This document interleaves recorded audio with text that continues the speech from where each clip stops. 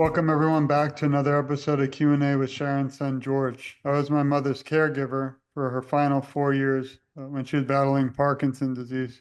Unfortunately, she battled it for 15 years, but sadly she passed on 1/1/2020, and we started Together for Sharon.com in her memory and to advocate for a cure for all those still battling today and their families, because no one is ever alone in this fight for a cure. Today's guest is someone I've become close with. I've been really not just admire him, but really appreciate all he does around the world. And that's what this show is about, advocacy around the world, because it's not just about the US or UK.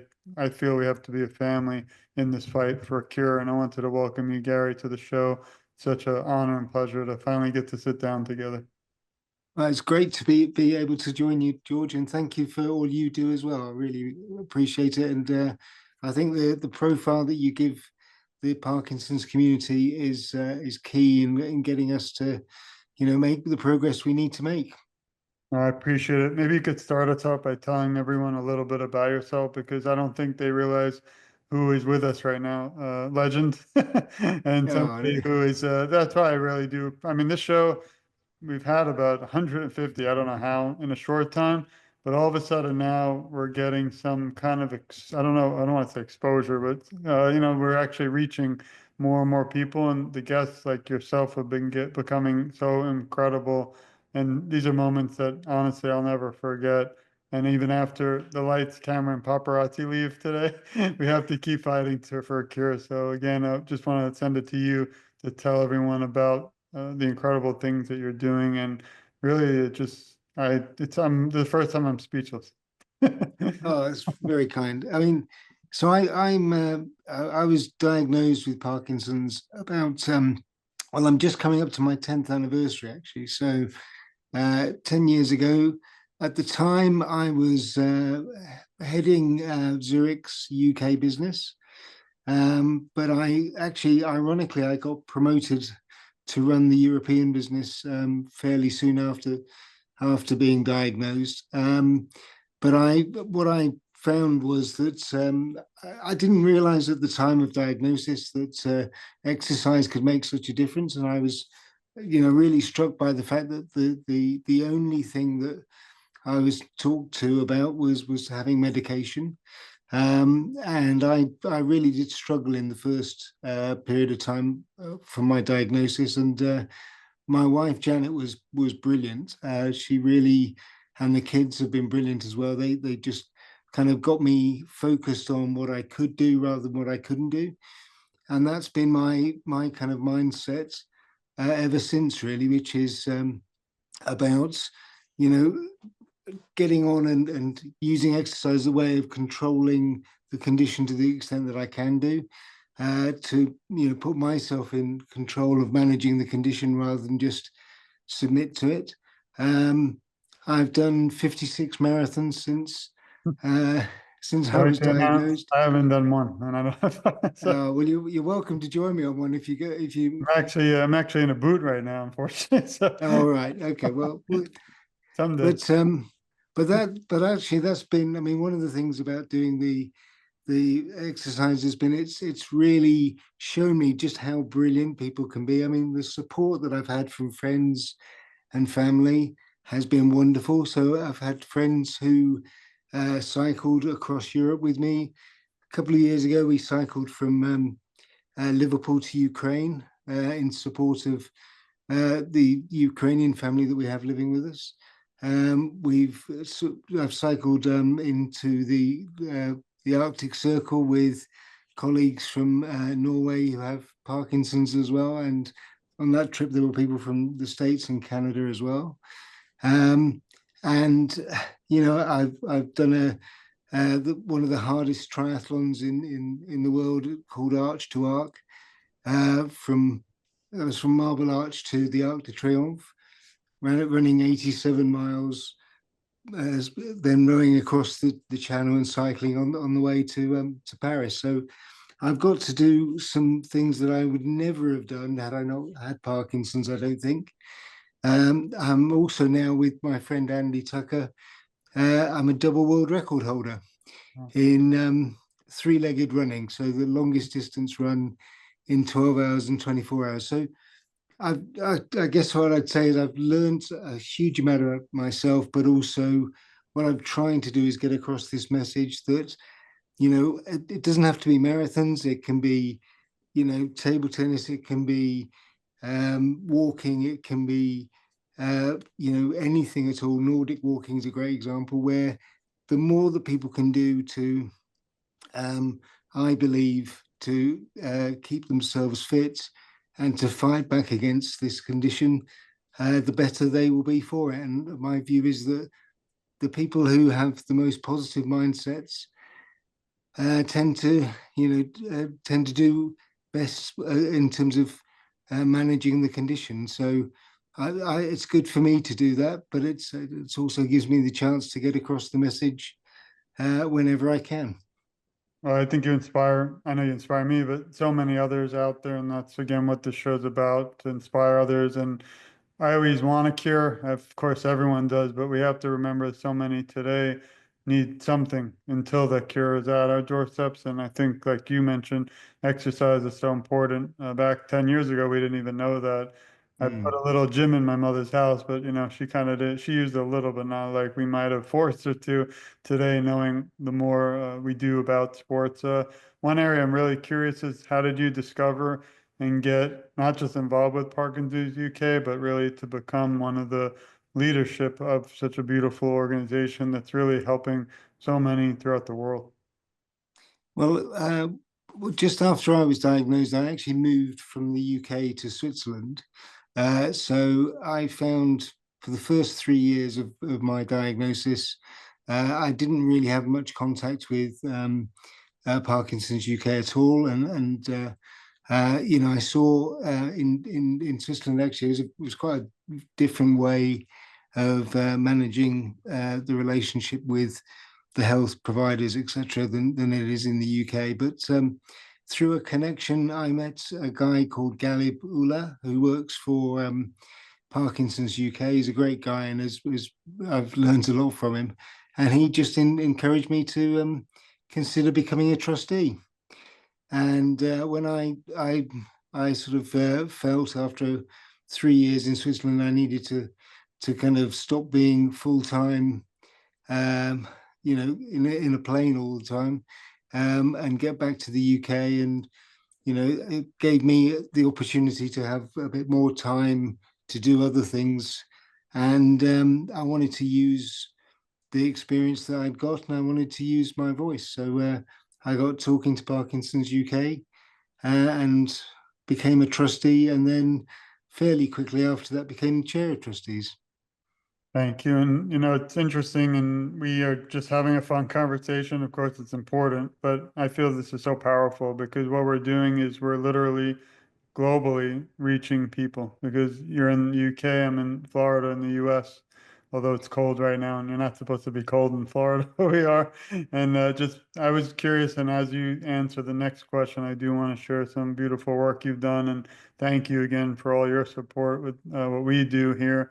But before we get to that, what are some ways you think, since we're already kind of doing it this moment, but that we can reach more individuals globally, and not only people who have Parkinson, but also people who don't, because I think we need everybody in this kind of, group to be able to come closer to a cure.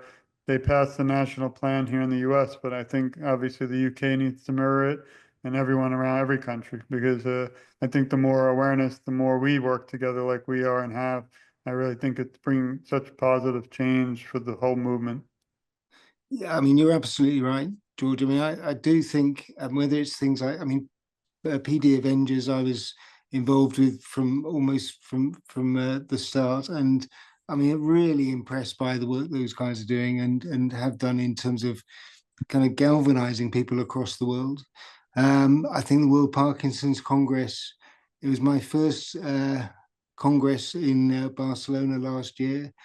And I think what really strikes me is how uh, we're all trying to deal with very similar issues.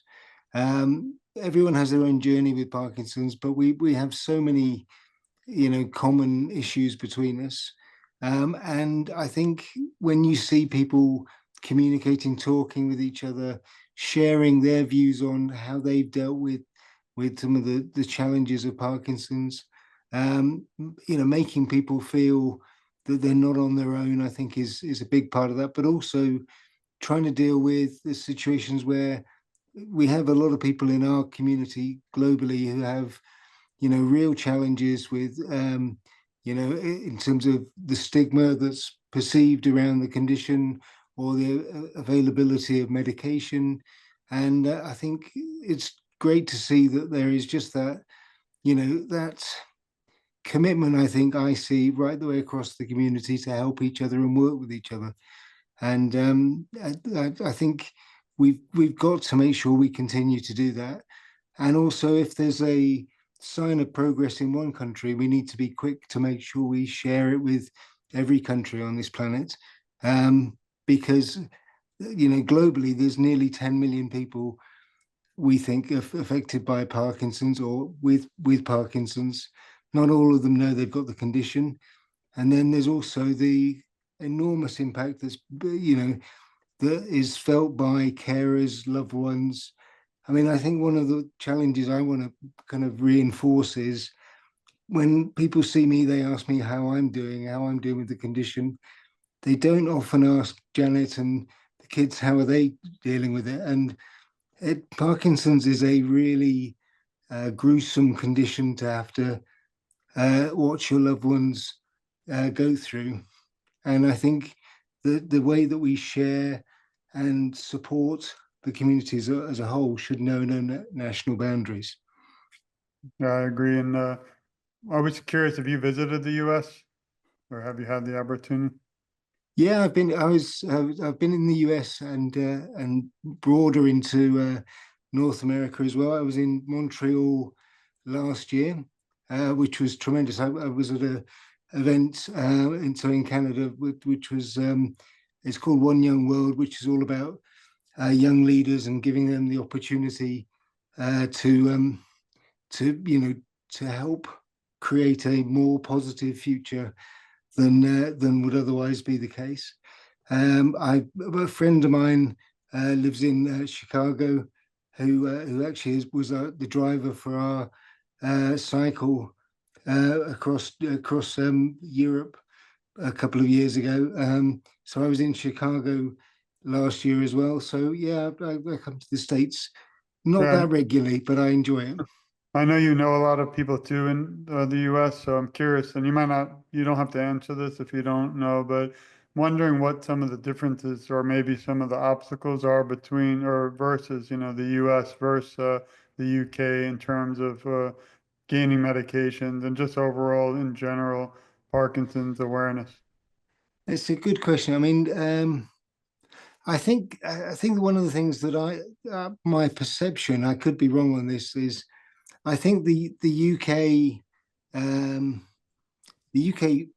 sort of health service has benefited from being still free at the point of need, and so for many people we've been able to make sure that they do get support and service regardless of their financial situation. However, it's quite a parental system in many ways, and I think that's why we do have uh, there's this kind of dependence at times on drugs as opposed to um, helping people make their what they can do to make the best of their life and their condition, if that makes sense. Now, it's just my perception is that I think there seems to be more commitment to that in the States, but I could be completely wrong. That's just my Uh, perception. I appreciate it. I don't know the, UK except from all the incredible people I've become family with, like you. I'm always curious because I do want everyone to improve, and that's the only way we will if we all keep this discussion going. I wanted to Yeah. also thank you since this is not our first time speak, well, it's first time virtual, but I want to thank you. You might recognize this beautiful young man here.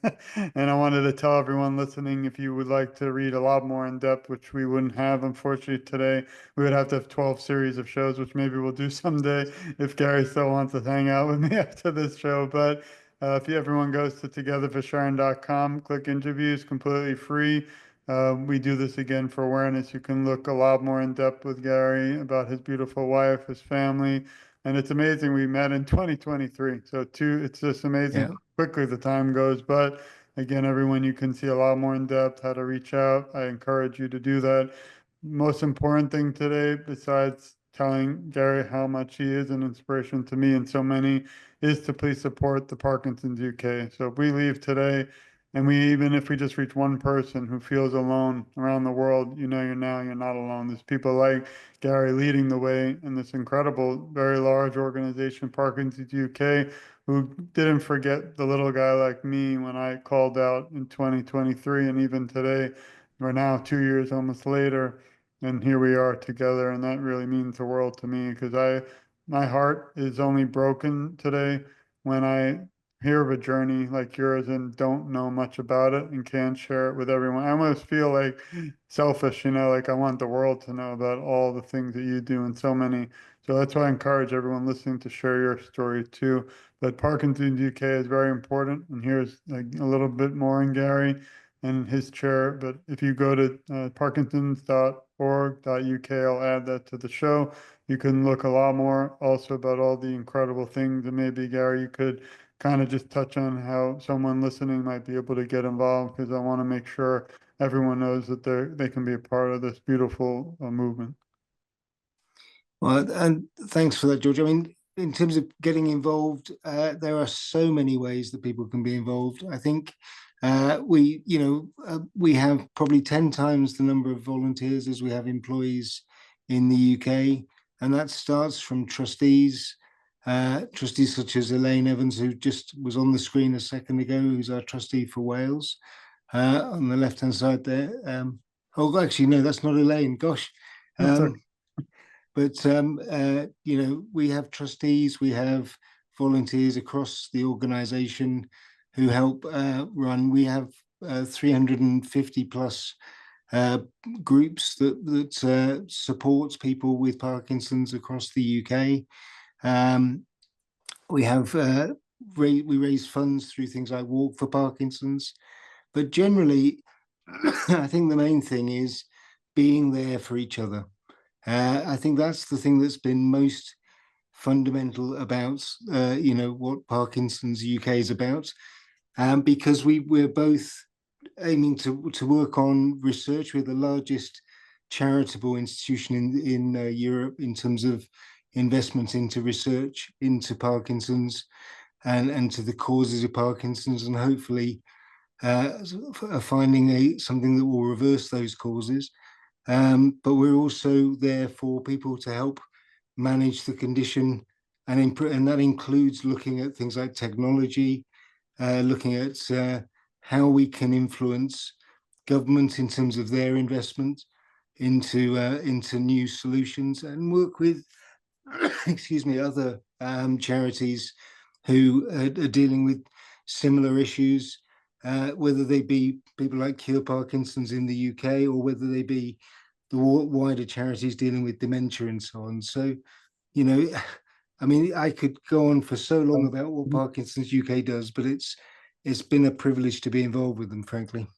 And I spent 20 or more hours on the site because I really enjoy it. And I recommend everyone listening does. And please donate because that's how we are allowing Jerry and this incredible organization to keep funding research, to keep helping support all of you listening. And again, I think even from the US, we need to do our best to also support Gary and also donate. And the amazing thing is they have, and I'll link it to our show, but Facebook, Twitter, YouTube, Instagram. I know I'm always sharing all of the things that you all do all the time. Also, you can reach Gary at LinkedIn and there's a lot of articles. You just type his name in. This is what you mentioned earlier. I found a lot of articles which would take so many hours, but I really enjoyed reading a lot of them. And the BBC is huge. So this is not, again, everybody, just something small. This is really bigger than all of us. And it's important to keep sharing and to really break like Gary mentioned, you mentioned earlier, the misconceptions that just because you are diagnosed, it doesn't mean everything's kind of over. And now with you showing everyone sports and athletics and all that you do, that they can still also do that. And so the progression is just fascinating and so important. So I wanted to, again, thank you for all that you do. Oh, you're very welcome. And I have to say, I've been inspired by so many people I've met, both with Parkinson's and people who have support the Parkinson's communities to such a great extent as well.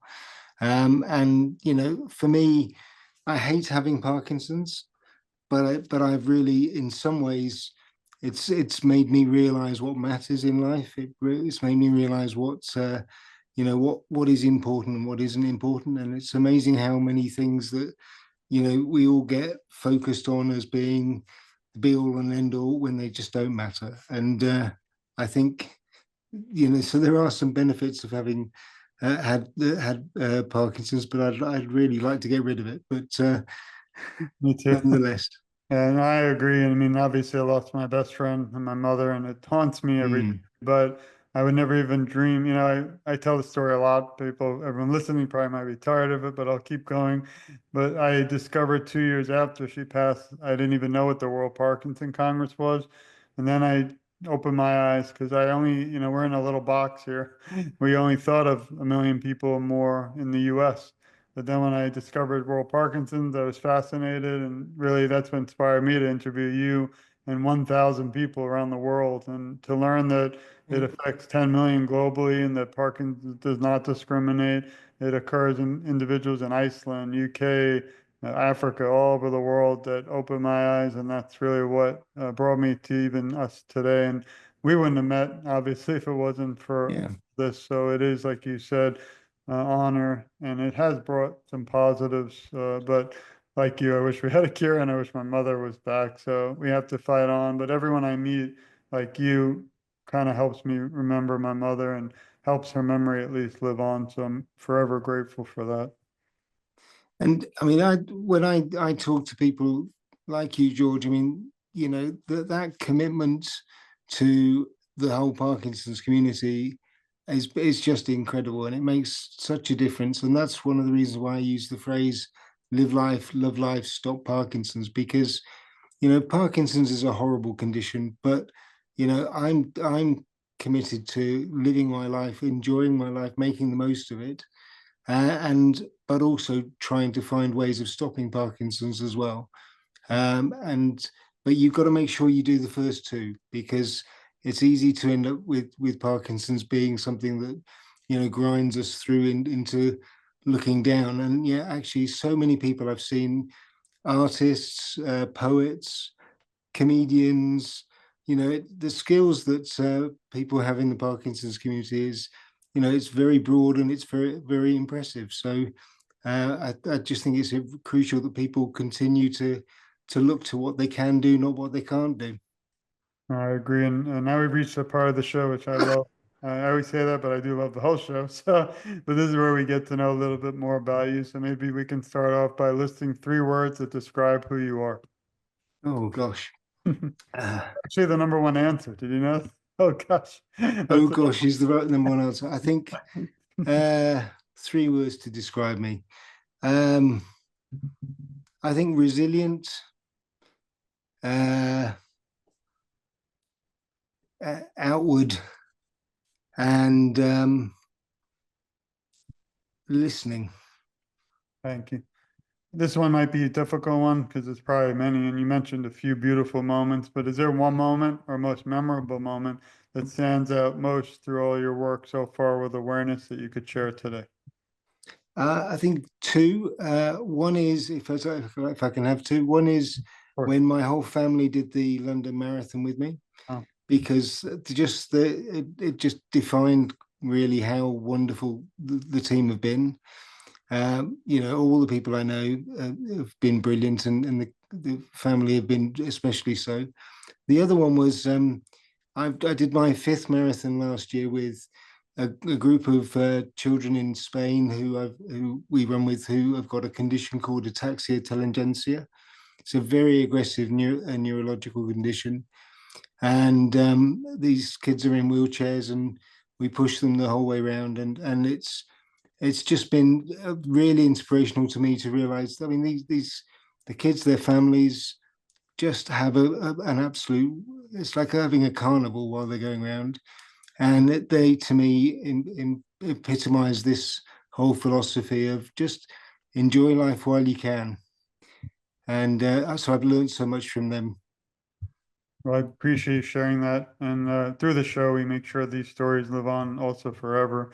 You mentioned a few times, and I might know the answer to this, but I always like to, you're obviously the spokesperson of Parkinson's UK and also an advocate. But sometimes I like to take a moment to take time to send love and support to those who help you behind the scenes, because I don't think a lot of those individuals get enough thanks. So, who helps you during times of struggle? And again, we send our love and support to them because I think, as I have here my wife and children, I don't think I could do this today without their support. So, who is that support for you?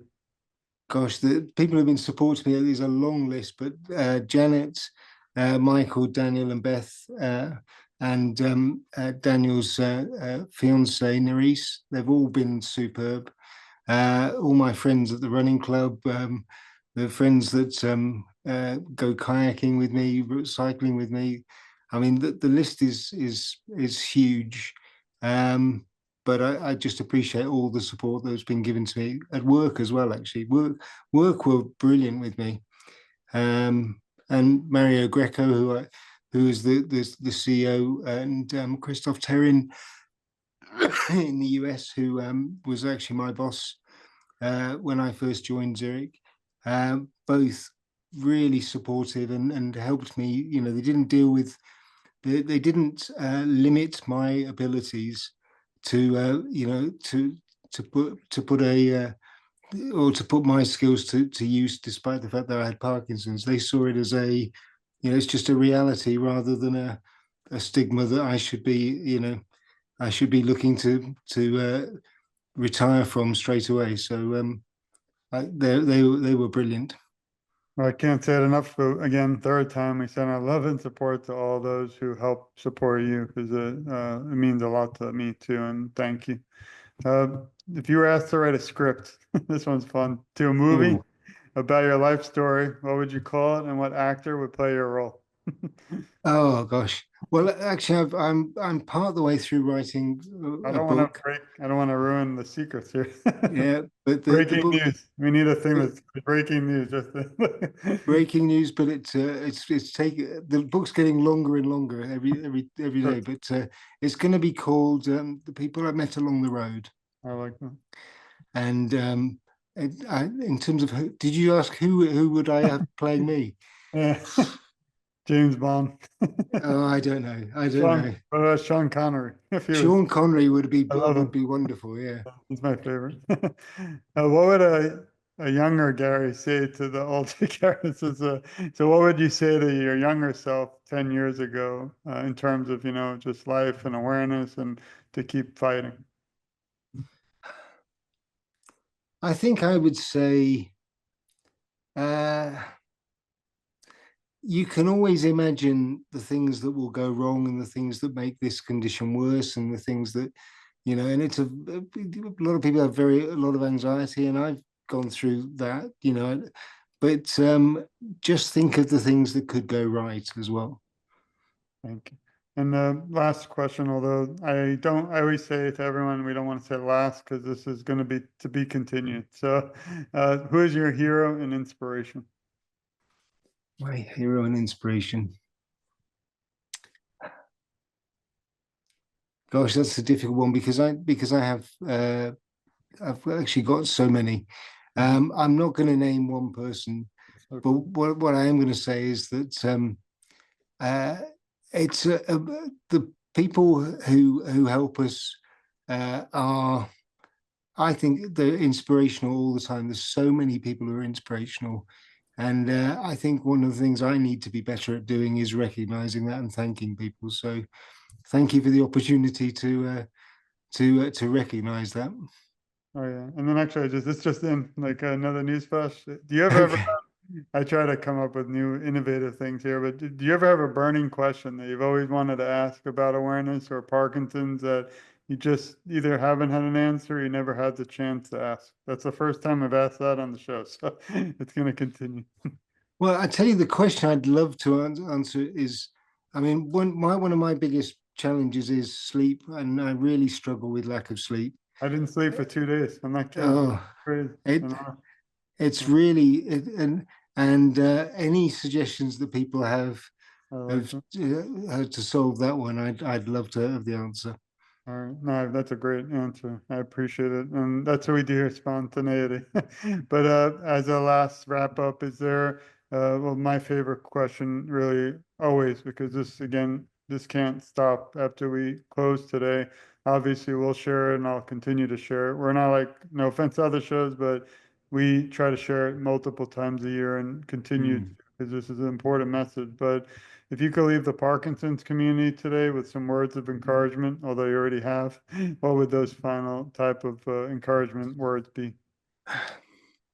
I think that what I'd say firstly is live life, love life, stop Parkinson's. Um, with it's so easy to put a limit on yourself and to allow others to put a limit on you.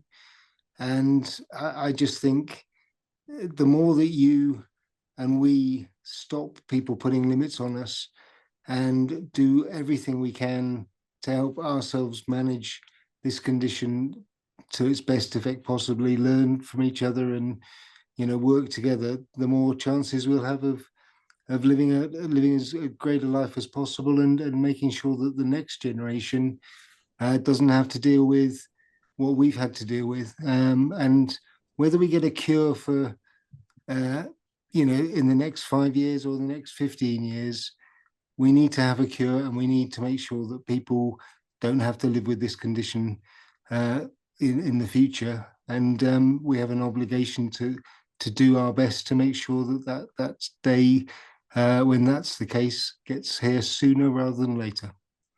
Yeah, I think you just named your movie. I think Limitless. That's a nice name for it. Maybe that'll be the That part sounds two. a good. I like that. Next Yeah, next book, but we're I'm a lawyer too, so we'll have to copyright it right after we get up. But I sounds good. really appreciate it. And actually you did bring up another thing, which is, a lot of time I think about my mother, but we are fighting for individuals like you and everyone out there battling today. But I always forget we are also battling for our children and their children, because Yeah, if we don't figure this out soon, we're gonna be leaving it on their plate at their table, and we don't want that. So thanks for always bringing that up, teaching me, and being such an incredible role model too to so many.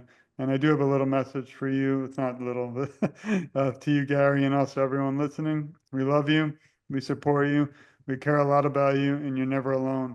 I, along with Gary and the entire Parkinson's UK, will advocate for you. And together, I feel our voices are so much stronger. And we always end with, I always say, I'm just getting started, because obviously I'm not. Gary's been doing this over 10 years. I've been doing it for 5. But every time I kind of have tough things in life, whether surgery or just, rough days, and I might feel like giving up, I really do look to you, Gary, and everybody out there listening. And I dust myself off and jump right back out there and keep advocating, because this to me is in my heart, in my blood, and I won't rest until the cure is at everybody's doorsteps around the world. So again, just want to thank you for your time for the last few years, not just for today. And I do hope we get the chance to do so much more advocacy together. And I'm proud to call you friend and family in this fight for a cure. that's brilliant. Thanks, George. I really appreciate it, and the feeling is very much mutual. So thanks for your friendship and your support. It's incredibly important and very much appreciated. Thank you, and thank you to everyone for listening. This has been another episode of Q&A with Sharon's son George. Please go to Parkinson's UK, see all the amazing volunteer opportunities, and they have a lot virtual, I believe, and also donate, because that's really going to help fund more research. And we need research not in the US only, but around the world. There's all these incredible researchers are actually going to be coming on the show. We have about 30 world-renowned PhDs in neurology. I don't know how I got them, but I mean, this is just an incredible opportunity for everyone again to share this. None of us want anything except more individuals, whether with Parkinson's, family, or people who aren't diagnosed. Because again, I think we need to get everybody together in this fight for a cure. So thanks you again, Gary, and thanks everyone for listening. We send our love and support. Please stay tuned. There's so much more to come. And as you know, we still have a lot of work to do, and we'll be right there side by side doing it. So thanks, everyone.